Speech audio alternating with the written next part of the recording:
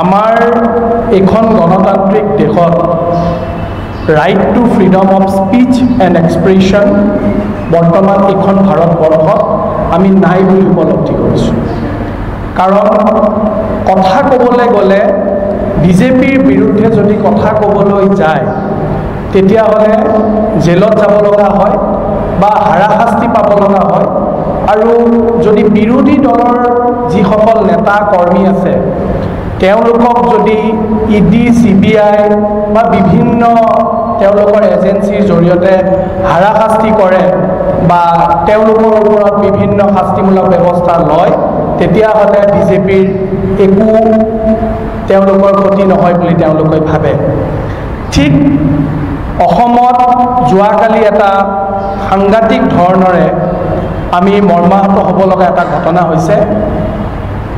কংগ্ৰেছ দলৰ যুৱ প্ৰজন্মৰ এজন উঠি অহা প্ৰজন্মৰ এজন নেতা, তেওঁ এজন শিক্ষিত ল'ৰা ৰিতম সিং, যোনে দিল্লী বিশ্ববিদ্যালয়ৰ পৰা LLB কৰি LLB দিল্লী ইউনিভাৰ্চিটিৰ পৰা কৰি মাষ্টাৰ অফ ইঞ্জিনিয়াৰিং ইংলেণ্ডত কৰি আহি তেওঁ সমাজৰ কাৰণে কাম কৰিবৰ কাৰণে সামাজিক কাম কৰিবৰ কাৰণে কংগ্ৰেছ দলত যোগদান কৰি কংগ্ৰেছৰ হৈ কাম কৰি আছিলে।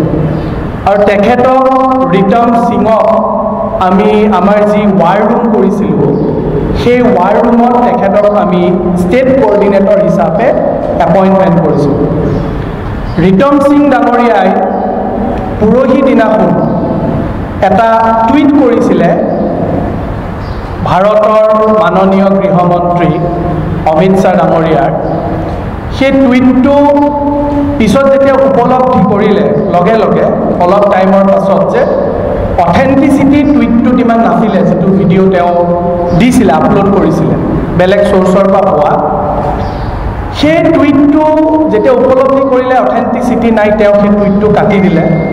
কটাৰ পাছতো অসমৰ পুলিচ প্ৰশাসনে তেখেতক পৰহি দিনাখন ৰাতি কোনো এৰেষ্ট ৱাৰেণ্ট একো নোহোৱাকৈ তেখেতৰ মাতৃ আৰু পিতৃ, মাতৃৰ নাম বিজয়লক্ষ্মী সিং, তেখেতো এগৰাকী অধিবক্তা, আৰু পিতৃ বলৱন্ত সিং আমাৰ অসম চৰকাৰৰে আগৰ কৰ্মচাৰী আছিলে।